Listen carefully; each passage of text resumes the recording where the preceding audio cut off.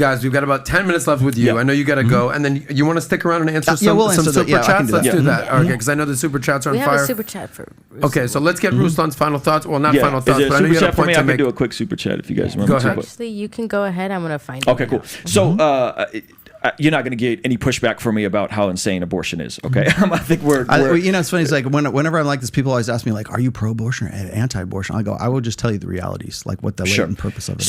So this is a part of your book where I was very, I was confused by, and I'm not sure if this is you speaking in generalities or what's happening here. This talks about reproductive schedules, short-term, long-term reproductive schedule. This ties into alpha seed, beta need. This paradox that necessitates that women and by default men must subscribe to short-term, long-term schedules.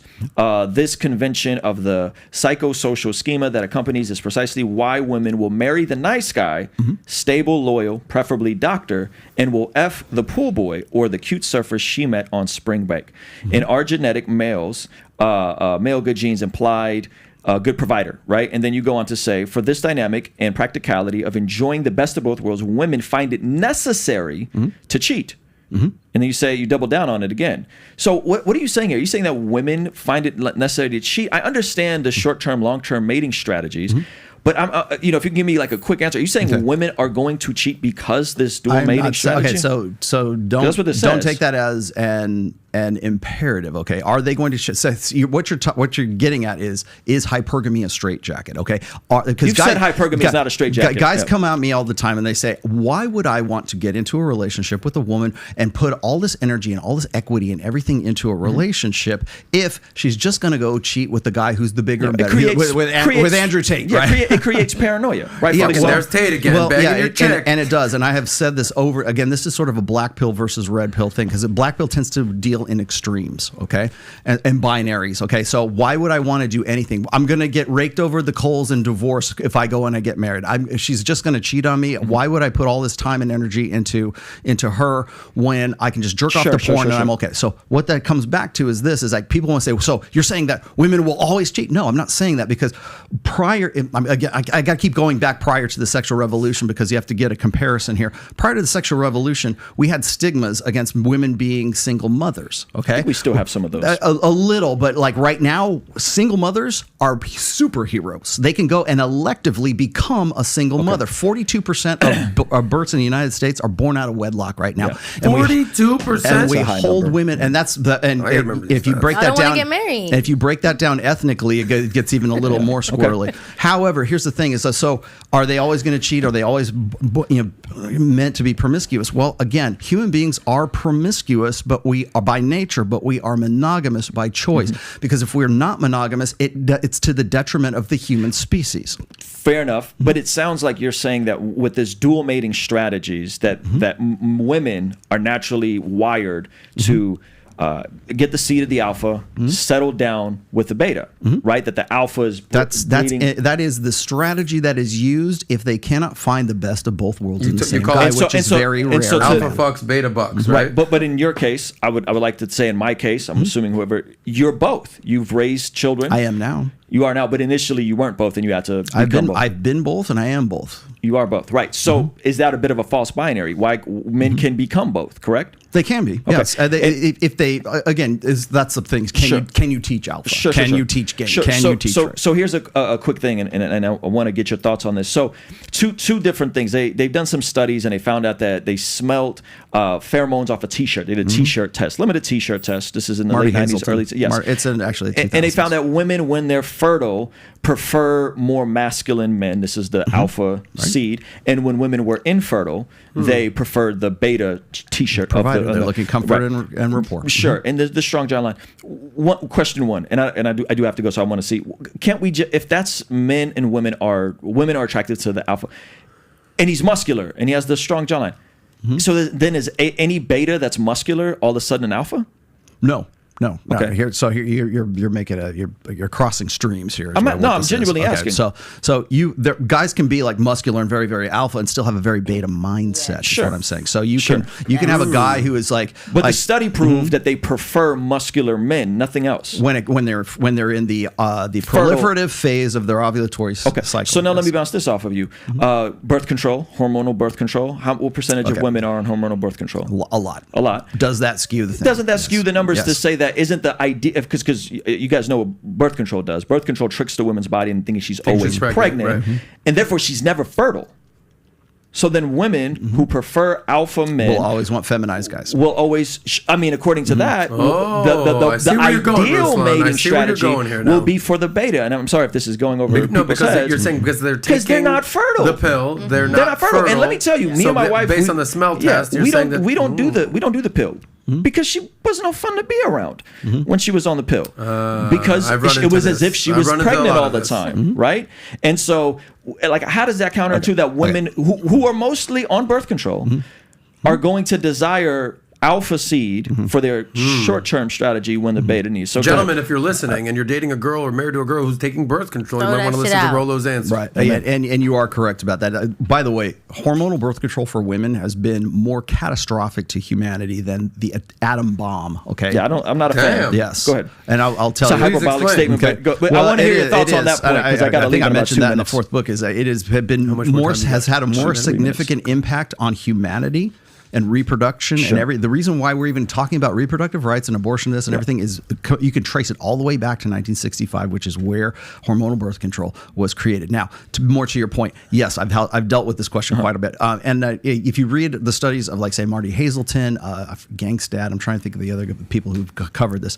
They talk about that too. They say, well, doesn't that predispose all these women since 1965 to be to prefer more feminized? That's the ideal mating strategy, right? So, well, here's the thing. It's not the ideal mating strategy because what they're doing is they're trying to find the both in the same guy still. But what I'm saying is that what happens is it's not just depressing that one side of hypergamy. What's happening is when women take hormonal birth control, and by the way, there's different kinds of hormones too. You have to separate that there's different kinds of pills. Yep. So because one deals with I'm not an endocrinologist, but one deals with LDL and one's luteinizing hormone and the other one is like progesterone or something like that. So they have different effects. That's number one. And number two is that it doesn't necessarily take away hypergamy, but it depresses both sides of it. Okay. So when you are in a relationship with your wife and she really has the hots for you, she's going to be more sexually proceptive when she is in her ovulatory state. It's great. I love it. Prior to the egg dropping, okay? And so you're all about it, right? If women, and people throw this out the window when I talk about ovulatory shift. The thing is like they go, well, does that mean that when she's in her, ovulating that she's going to go look for Jason Momoa? I'm like, no. If women are in a satisfying relationship, when they are in that phase, they find their husbands and their boyfriends or whatever they want to have sex with, they get hot, right?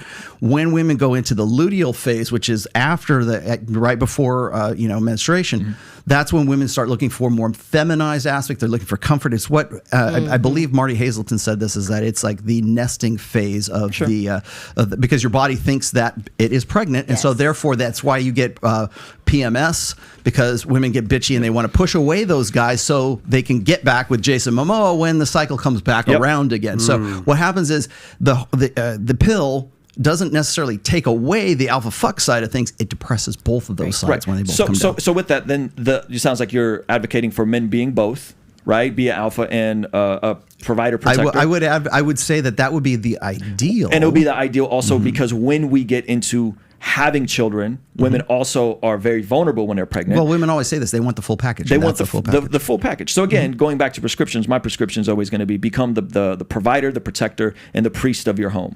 Okay, the priest is going to be engaged with the kids. He's going to lead spiritually. Should you have authority? Absolutely, you should have authority. What kind of question is that? Over her? Yes. If I tell my wife we're moving to Florida, and we've had potentially had this conversation, we're moving to Florida. I've had that conversation. Yeah, and we did move to Florida. Yeah. You moved. You said you moved across the country. What happens if you tell her you're moving to Alaska? We'll probably move to Alaska. So that's it. She's following you wherever you go. Wherever you say. But see, they're in a religious situation where it's like that's the norm. Which is why I prescribe Jesus to people, because I believe Jesus transforms people's heart. But when anyone that's a true authority or a true alpha, Patrick Bet-David, right, leader of this organization, is he walking around having to remind people every single day that he's the leader of this organization and he's authority? No, he just operates with that type of authority. So we have an understanding that I'm the head and I have the authority, right? And that is what it is. And the anchor of that is our faith in Jesus. And again, when we're talking about what is optimal, what is best, what should we be encouraging men to do? That's why telling them the full picture of what is marriage, when are you least likely to get divorced, what is optimal for a healthy sex life, optimal. We can't look over the biblical covenantal marriage model that has historically proved to be flourishing, despite how corrupt the culture and sex positivity and all this nonsense is. This is still functioning, and this is countercultural. This is still the 70% of guys are overweight, 70% of people overweight. Sweet. Let's not eat like the 70%. Let's get shredded. Let's get our macros in check. Whatever. 80% of guys make under 60 grand. Sauce, how do we fix that? How do we get guys paid? How do we get more money? How do we get those skills up? That's where I'm landing, and I think that's where a lot of my disagreement with the red pill has been. And I think you've clarified some things, but I still think there's some cognitive dissonance here. And as a man, again, you've been married 26 years. That's amazing, right? I would love to see you roll, and I mean this sincerely. As somebody that you claim to be a follower of Jesus, you believe in the physical bodily resurrection of Jesus. That's a miracle in of itself. I would love to see you preach more with you practice behind the scenes. I think that would be awesome, and that would be my heart for you. And I don't mean this in a derogatory I know, mean. I know, altar call time. It's fine. I get it. Altar call. I really mean that. Like I think we all should be preaching what we practice, because it may not work for everyone. But goodness gracious, it could work for a lot of people and save a lot of people a lot of heartache. I would agree with you, but I would also say it's also very important to have the facts and have the empirical data and have the thing. Like we want the full knowledge, you want the full education. We went over the empirical data. We went over when you're more likely to get divorced, there's less money. Yeah, exactly. Right? We talked about all of that. Okay, so here's what I would tell guys. You want a prescription? Here's the prescription. The prescription is this. Let's go. Know what you're getting into. Sure. Know, like, what is it? Knowing is half the battle, right? That you know what you're getting into. I'm not against marriage. I'm against I didn't see it coming, and I didn't know what was happening, and I didn't know women's nature, and I didn't know the red pill. Because I deal with this all the time with guys who hit me up and say, "How do I get my wife to fuck me again?" Like that's know what you're getting into, and let's tip the scales in your favor. Our buddy Sauce is going to want kids. I want him optimally set up to have the best kids and the best family and the best wife and the best home, so that he's happy. He's getting laid all the time. His woman listens to him. Like, that's my heart for him. And again, not altar call time. I'm genuinely saying this. This is my heart for most people. So how do we tip those scales in your favor? You know all about money, man. You could teach me things about money. We talked about disability insurance. You're giving me game on that, right? These are the sorts of conversations. If your conviction is, as you say, as as a Christian, and this is how I choose to live my life. My conviction is to live as a Christian, as a Muslim, as a Jew, whatever it is, right? It is more imperative on you to know red pill knowledge, to have more education, to know your nature and to know women's nature, because what will happen is you will rely on this. Well, if I pray about it hard enough, things are going to change, rather than knowing what you're doing is ineffective. I've already agreed with you on the soulmate stuff, the idea. I've agreed with you on that sort of stuff. So I think me and you are on the same page there. I'm saying that this is pragmatic, Rollo. I'm saying this is actually helpful and beneficial, and we should be telling people about this across the board, regardless, and saying, hey, man, you know what? You may not go to church. Church might be a good idea. That might be a good idea for you to get in touch with that side. You might want to consider this whole gospel thing, because it's done something for Rollo. 26 years later, happily married, daughter, thriving business, online platform, 5 books. Goodness gracious. Yes. Again, like I keep saying, I wish guys could have this. That's why I really feel bad when I cannot endorse marriage in the way that is done right now. Can you endorse marriage in the way I described it? Covenantally, yes. Okay. Contractually, no. Okay.